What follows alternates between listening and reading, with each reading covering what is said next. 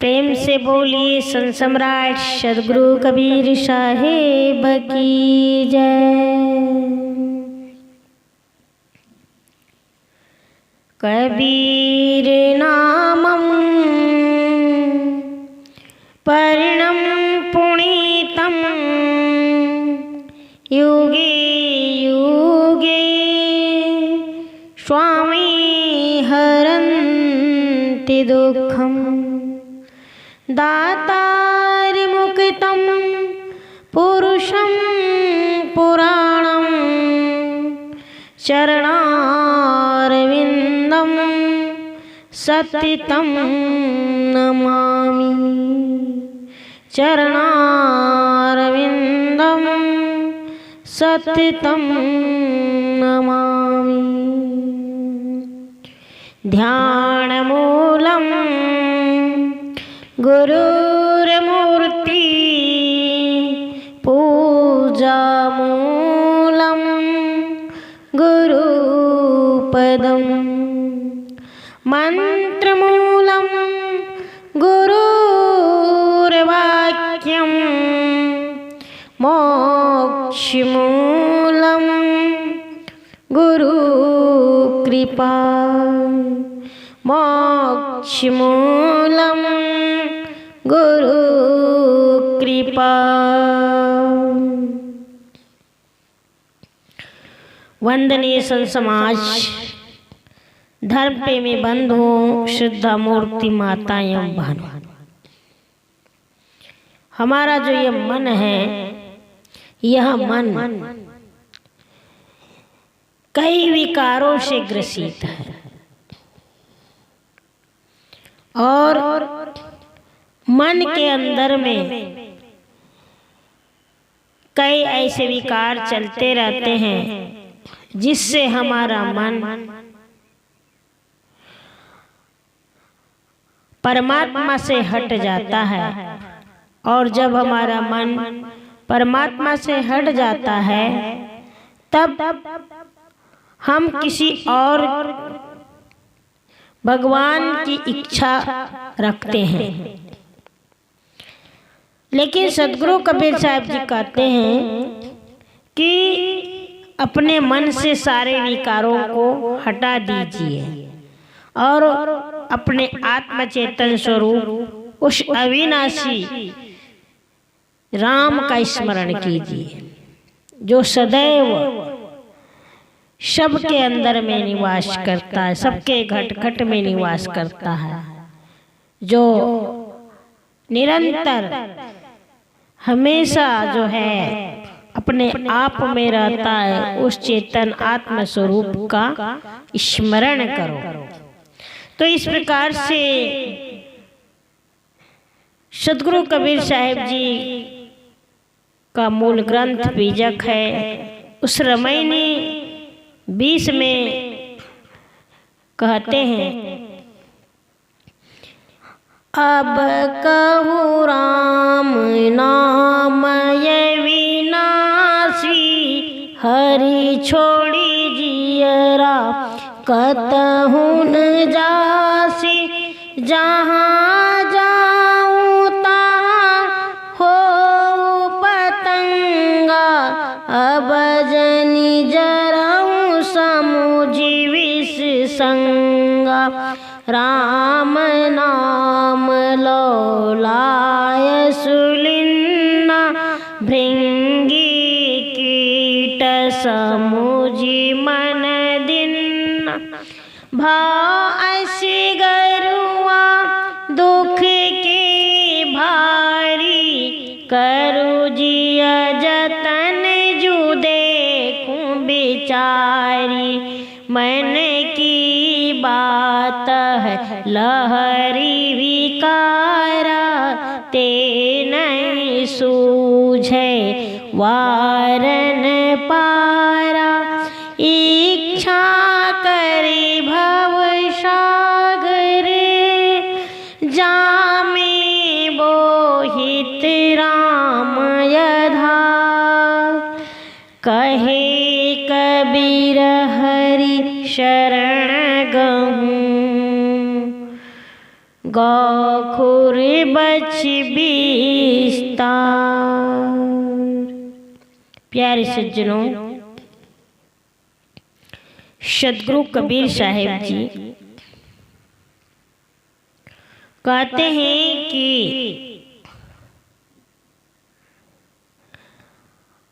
हम उस राम का नाम लें जो राम सत्य नित्य अविनाशी है। और अविनाशी का मतलब होता है जिसका कभी कोई नाश नहीं होता। तो इस प्रकार से वह मनुष्य से कहते हैं कि हे मनुष्य, तुम हरि को छोड़ करके कहीं और अन्यत्र मत जाओ, क्योंकि अगर कहीं अन्यत्र तुम जहां चले जाओगे वहां तुम्हारी केवल दशा ही हो जाएगी। जिस प्रकार से पतंगे जो होते हैं वो पतंगे प्रकाश को देख करके प्रकाश के पास जाते हैं, लेकिन आखिर में क्या होता है, वो वहीं पर प्रकाश में अग्नि में कूद करके जल करके मर जाते हैं। तो इस प्रकार से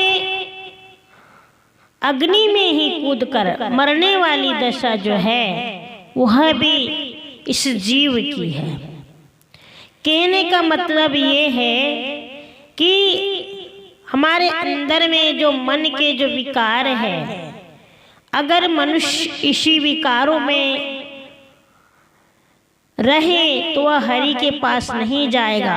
और मन की जो आशाएं, तृष्णाएं, विषय वासनाएं जो हैं उसी में मनुष्य जल करके राख हो जाएगा।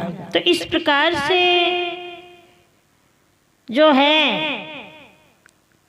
हमारे अंदर भी भृंगी कीट के समान कई प्रकार के ऐसे विकार हैं जिसमें मनुष्य जो है वह अपने आत्म तत्व को, चिंतन को करते करते मन में जो है हमेशा उलझन बना लेता है। लेकिन जो अविनाशी जो राम है, जो राम रस है, जिसका हमें सदैव ज्ञान होना चाहिए, उस जो चेतन आत्मा राम है, जो हमारे स्वरूप में बैठा हुआ लवलीन रहता है, उसको हम छोड़ करके संसार की आसक्ति में ये हमारा जो मन है वहाँ चला जाता है और जा करके ऐसी कई प्रकार की कठिनाइयाँ और दुख का बोझ सहता है। तो इस प्रकार से हमें विवेकशील बनना है, विवेकवान बनना है, और विवेकवान बन करके हमें कुछ विचार करना है, समझना है। नहीं तो हमारे जीवन में जो है मन की जो बात है, इसलिए तो कहते कि मन की बात है लहरी विकारा। ये हमारे जो मन के अंदर में जो विकार है, ये जो कई तरंगे जो हैं, अगर उनको ही हम पकड़ करके रहेंगे तो हमारे अंदर की जो ये आत्मा है, हमारी चेतन आत्मा है, ये जो जीव जो है ये कई प्रकार से हमेशा जो है दुख कठिनाइयाँ भोगता रहेगा। तो इस प्रकार से संसार के जितने भी जीव हैं, जितने भी देहधारी जीव हैं, सब के अंदर में जो है एक इच्छा होती है, और इस प्रकार से वो इच्छा के कारण से जो संसार सागर में उसे भटकना पड़ता है। और यही इच्छा जो है, यही इच्छा हमको संसार सागर में डुबो देती। तो इसीलिए इस से बचने के लिए हमें उस परमाधार परम आत्म स्वरूप जो हमारा राम है, उस राम को हमें जानना है, उस राम का हमें भजन करना है, कीर्तन करना है। जिसके माध्यम से हम उस स्वरूप राम को पहचान सके, उसको हम विचार कर सके। इसीलिए सदगुरु कबीर साहब जी कहते हैं कि हमें अज्ञानता की ओर नहीं जाना है, क्योंकि अज्ञान जो है यह मनुष्य को भटका देता है। तो हमें हरि की शरण में जाना है, हरि की शरण को पकड़ना है। इस संसार में जो है कई प्रकार के पाप और पुण्य के दो खंबे हैं, जिसमें मनुष्य भटकते रहता है और संसार को पार करना हमारे लिए बहुत बड़ी समस्याएं उत्पन्न हो जाती है। तो सदगुरु कबीर साहब जी यहाँ पर कहते हैं कि प्रतिदिन हमें उस राम का स्मरण करना है। तो वह राम कौन है, किस राम की बात करते हैं? उस राम को हमें भजना है। वह राम जिसको हम मानते हैं, तो वह राम कहीं यत्र तत्र नहीं है। इसीलिए तो कहें, अब कहूँ राम नाम अविनाशी।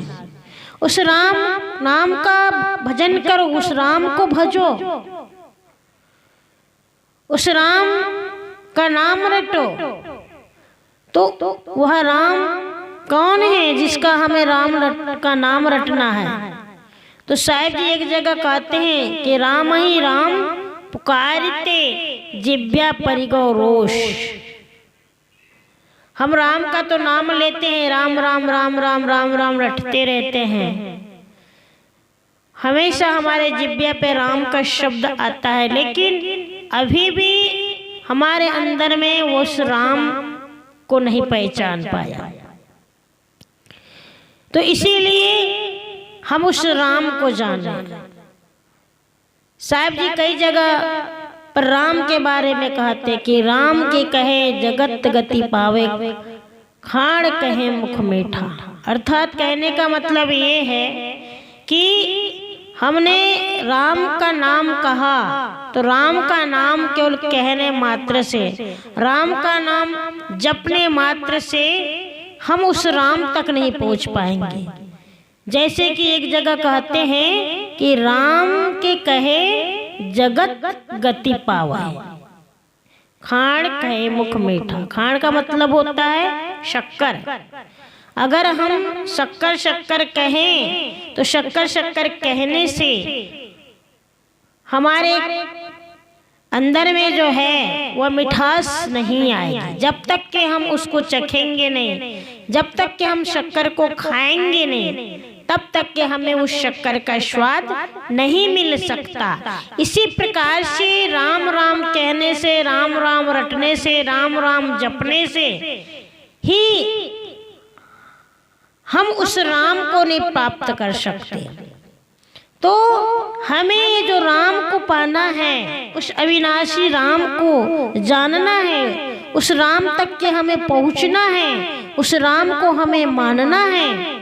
तो हमें विचार करना होगा, अपने आप में आत्मचिंतन करना होगा, अपने उस स्वरूप का चिंतन करना होगा, उस राम का भजन करना होगा।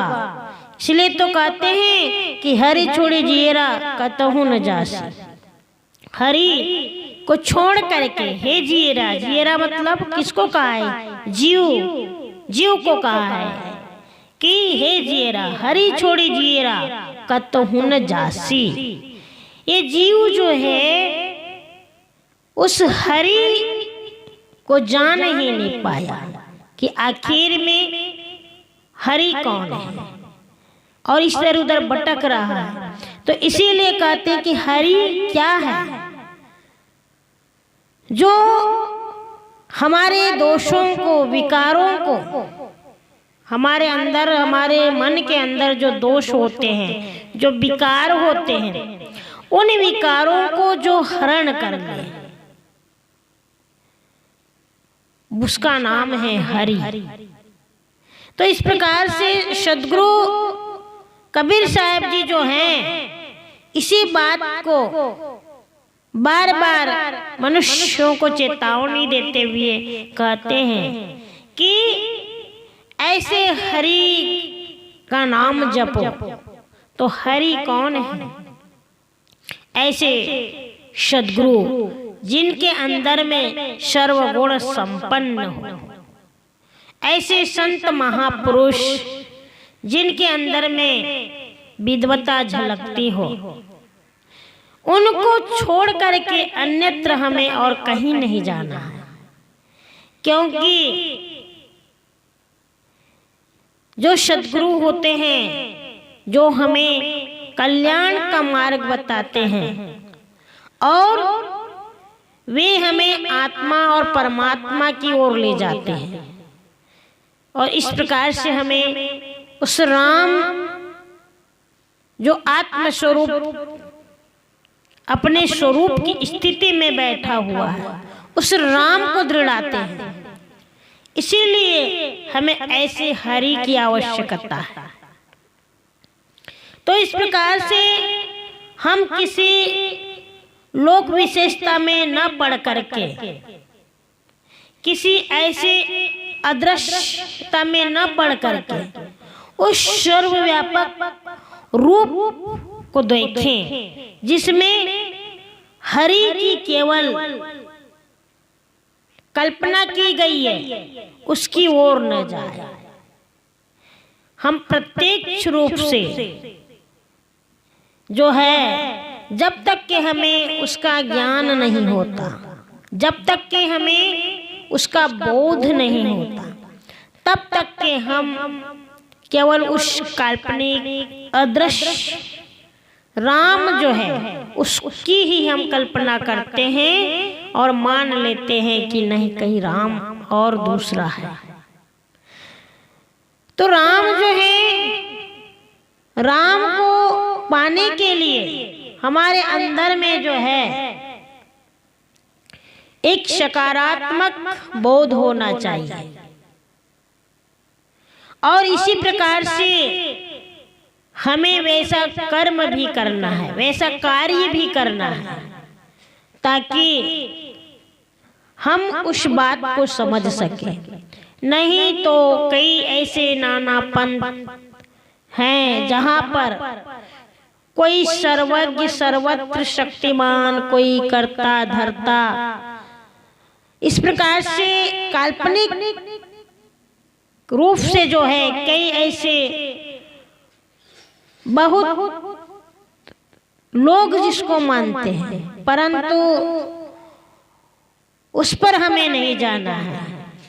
क्योंकि अगर हम इस प्रकार से अगर हम उसको माने और हम समझे कि नहीं कुछ और है, तो फिर हम केवल अपने जीवन में धोखा ही खा सकते हैं। तो सद्गुरु कबीर साहब जी जो हैं, इस बात पर हमेशा जोर दे करके कहते हैं कि हरि जो है वह कोई दूसरा और नहीं है, कोई ऊपर नहीं है। जो हम कुछ कल्पना करते हैं कि कोई भगवान है और भगवान ने हमको बनाया है, हमारा बनाने वाला कोई भगवान है, भगवान की कोई सत्ता है जिसके आधार से सारा संसार चलता है।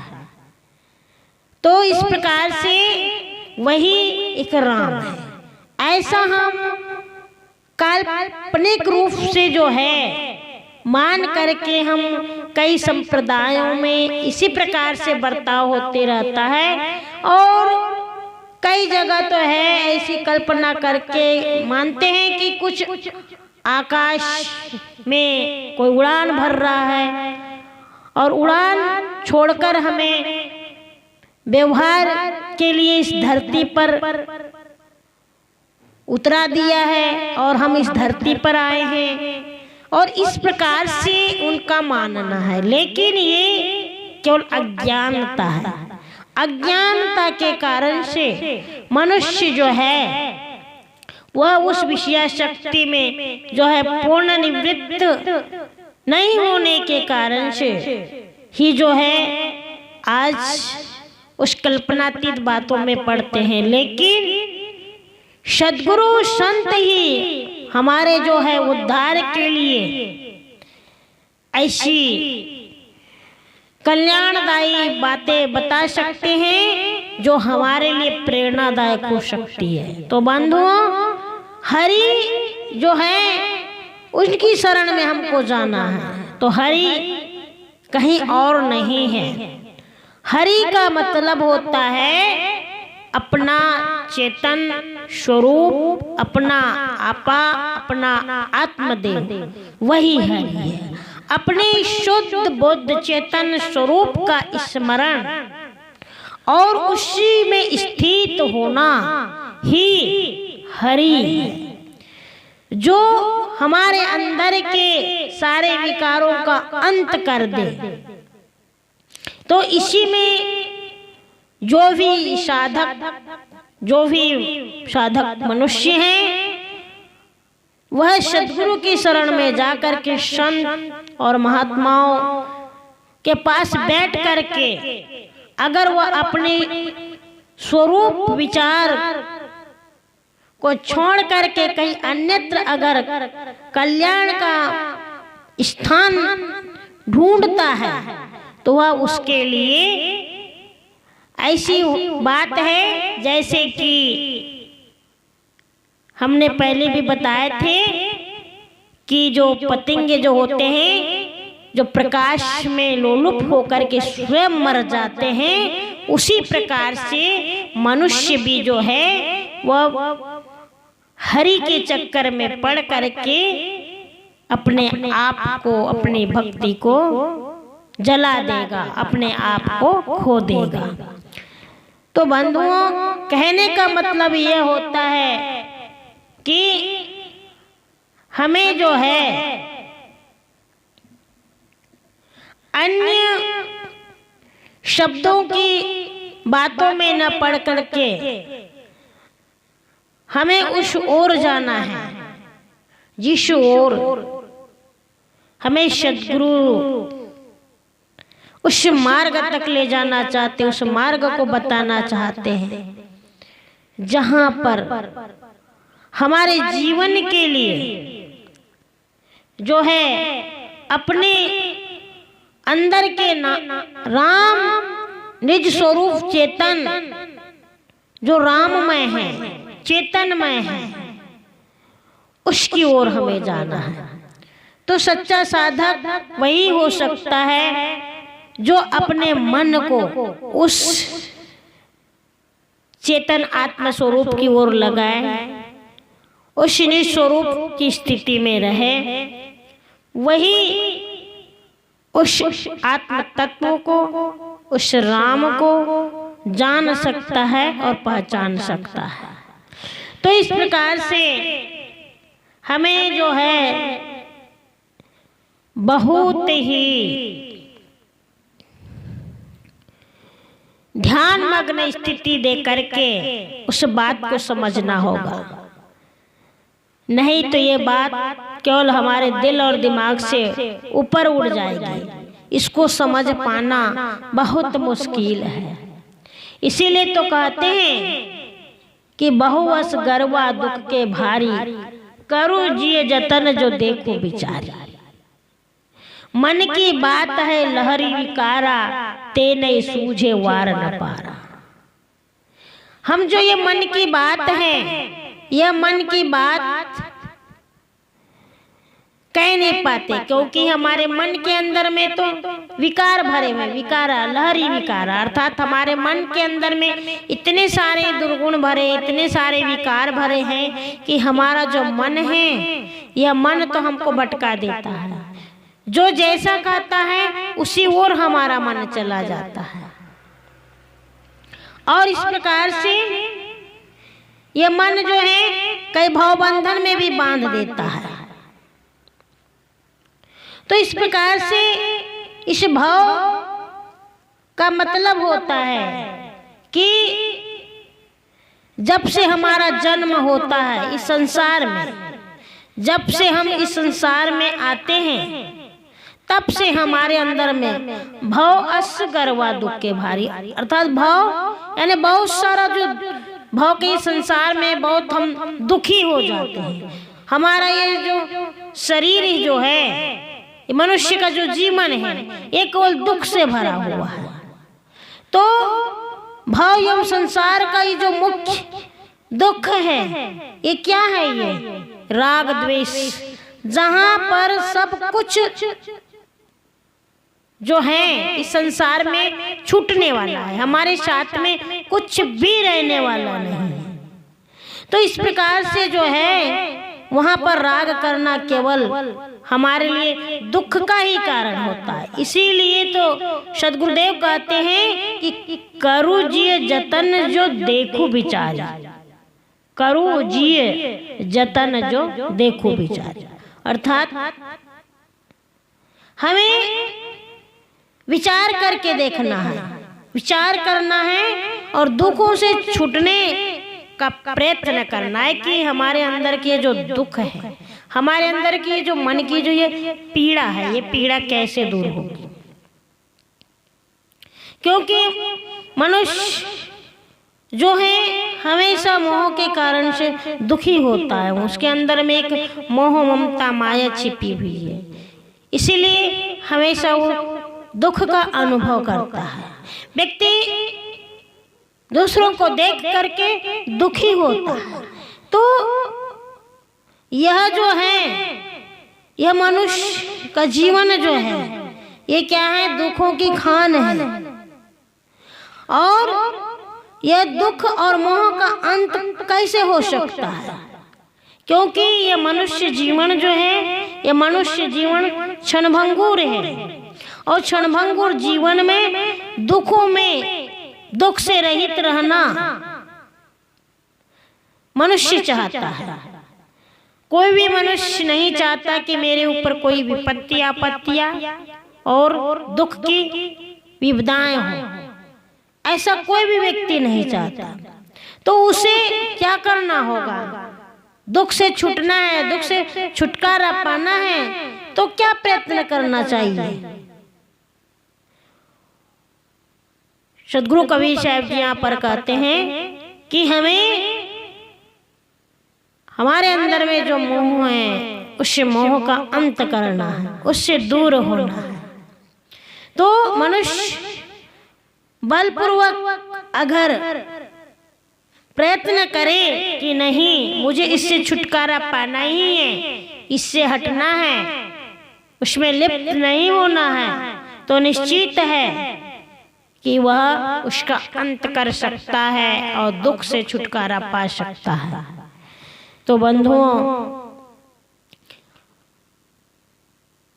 जीवन में जो है हमें संभल करके चलना है और संभल करके चल करके मनुष्य जो है अपने जीवन में बहुत कुछ करना चाहता है, पढ़ना चाहता है, लिखना चाहता है, धन कमाना चाहता है, अपने परिवार का भरण पोषण करना चाहता है, परिवार की वृद्धि करना चाहता है और बहुत कुछ संपन्न होना चाहता है। तो मनुष्य के अंदर में ये सारे चीजें भरी हुई हैं। ऐसा कोई भी मनुष्य नहीं है जो ऊंचाई तक न पहुंचना चाहता हो। प्रत्येक मनुष्य के अंदर में एक कामना बनी होती है कि कहीं पर भी वो सम्मान पाने के लिए कार्यक्रम करता है, परंतु वह राग से छूटने का प्रयास नहीं करता। हर मनुष्य यही चाहता है, उसकी चाहना ही यही होती है कि हम कहाँ तक पहुँच जाए, कितने बड़े धनवान बन जाए, गुणवान बन जाए, ज्ञानवान बन जाए, बुद्धिमान बन जाए, विद्वान बन जाए। तो इस प्रकार से ये हमारे अंदर की जो मन की जो तरंगे हैं, ये तरंगे उठती रहती है, लेकिन उस राग द्वेष से हटने के लिए हमारे अंदर की जो तरंगे हैं, इनके लिए वो प्रयास नहीं करता है। इसीलिए तो संसार की सारी चीजों से संपन्न होने पर भी मनुष्य दुखों में डूबा रहता है और यही है हमारे दुख का कारण। तो आज भी देखिए वैराग्य और आसक्ति जो है यही एक दुख का रोग है, दुख रोग। तो इस दुख रोग को दूर करने की परम औषधि क्या है? वह है हमारे जीवन की आसक्ति। अगर हम आसक्ति में न फंसे तो निश्चित है हमारे अंदर में कोई राग द्वेष ना आए, राग द्वेष की कोई हमारे अंदर भावना न हो, तो मनुष्य का जो मन है वो विकारों से जो भरा हुआ मन है वह अविकारी हो जाएगा। इसलिए तो कहते हैं कि मन की बात है लारी विकारा ते नहीं सूझे वार न पारा। ये मन की जो बात है लहरी विकारा, तो मन की जो विकारे जो लहरें हैं, इन लहरों का शांत हो जाना, जो लहरें चलती है हमारे मन के अंदर में, जो लहर जो तरंगे जो चलती है, इसका शांत हो जाना ही संसार भव की शांति है। एवं संसार से पार हो जाना है। तो हमें इस संसार से पार होना है, इस भव से अगर हमें पार होना है तो हमें उस मन के विकारों को दूर करना होगा। यही बात सदगुरु कबीर साहब जी कहते हैं कि मन की बात है लारी विकार और ते नहीं सूझे वार न पारा। अर्थात हमको वो बात सूझती नहीं है, हम समझ नहीं पाते हैं, और आखिर में हमारे अंदर में, मन के अंदर में बहुत सारी इच्छाएं होती है। आगे साहब जी कहते हैं कि इच्छा करी भव सागर जामे बोहित राम आधार। तो मनुष्य जो है संसार में रहता है, समाज में रहता है, समाज में जीता है, और समाज में रह कर के सांसारिक इच्छाएं जो हैं यही हमारे लिए एक भवसागर है। और राम का आधार लेना ये क्या है? बोहित राम आधार। बोहित कहते हैं जहाज को। राम अपना चेतन स्वरूप है और अपने आप से पृथक कोई ऐसा राम नहीं है जिसका आधार पकड़ा जा सके। जैसे हम कहीं दूसरा अन्यत्र राम मानते हैं कि कहीं कोई दूसरा राम है, तो साहब जी यहाँ पर कहते हैं कि ऐसा कोई राम दूसरा नहीं है जिसको हम अपना आधार मान ले और उसको आधार मान करके वो हमारे को संभाल ले। अर्थात हमारा जो ये शरीर है इसको भवसागर से पार कर दे, तो ऐसा कोई दूसरा राम नहीं है। हमारा जो राम है वह अपना स्वरूप ही अपना राम है, और हमको इस राम का आधार पकड़ना है। क्योंकि इसीलिए तो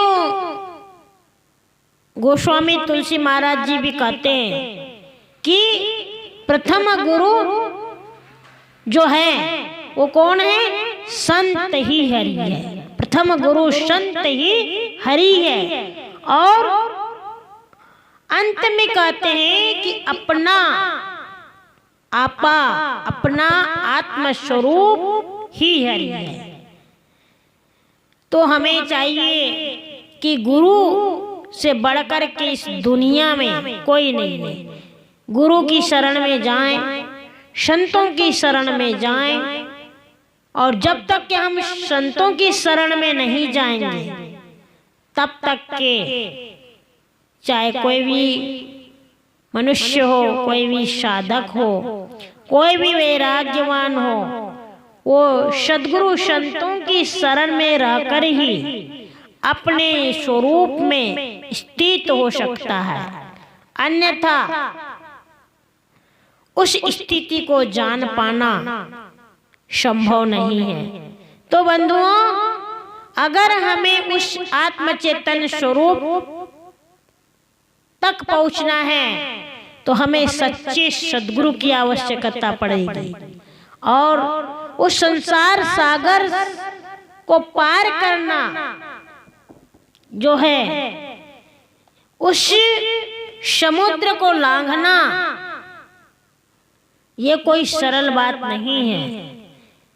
इसीलिए तो कहते हैं कि इच्छा करी भव सागर, सागर बोहित राम आधार, और कहे कबीर हरि शरण गऊ, गौखुर बच विस्तार। गौखुर का मतलब होता है कि गौ के बछड़े की खूर चाप को लांग जाने के समान। अर्थात जो व्यक्ति बाहर सत्संग का पवित्र वातावरण और भीतर वैराग्य बोध का चिंतन अगर जो करे तो वह साधक सरलता से उस मार्ग तक पहुंच सकता है। अन्यथा हम उस संसार सागर में अवंचित रह जाएंगे और उस राम को कभी भी प्राप्त नहीं कर पाएंगे, और कल्पनातीत उस राम का सिमरन करते रहेंगे और जीवन भर राम राम रटते रटते हमारा जीवन का अंत हो जाएगा, लेकिन हम उस रमैया राम तक नहीं पहुंच पाएंगे।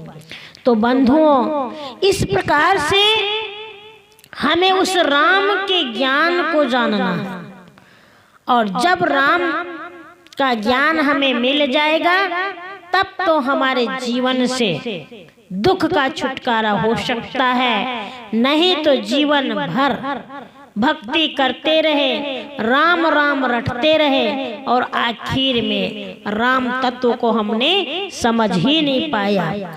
इसीलिए सदगुरु कबीर साहब जी कहते हैं कि हे मनुष्य, हे सज्जनों, तुम्हें इस प्रकार से इच्छा नहीं करना है और इस सांसारिक भवसागर में डूबना नहीं है, और उस राम का आत्म स्वरूप का चिंतन करके उस राम को जानना है, उस राम को समझना है जो अपना आपा है, अपना आत्म स्वरूप है। उस राम को समझो, उस राम को जानो। वह जो राम है वह राम कहीं अलग नहीं है, वह हरि कहीं अलग नहीं है, वह अपना आत्मचेतन स्वरूप है, अपना आत्मदेव है, जो हमेशा शुद्ध बुद्ध स्वरूप में रहता है। वो अजर अमर अखंड सत्य नित्य है, उसके अंदर में कोई विकार नहीं है, वो विकारों से दूर है, विकारों से रहित है। वही स्वरूप विचार अगर हमारे अंदर में आ गए तो निश्चित है हमारे जीवन का कल्याण हो सकता है और हम उस राम तक पहुंच सकते हैं। तो यहीं पर हम अपनी वाणी को विराम देते हैं। बोलिए संत सम्राट सदगुरु कबीर साहिब।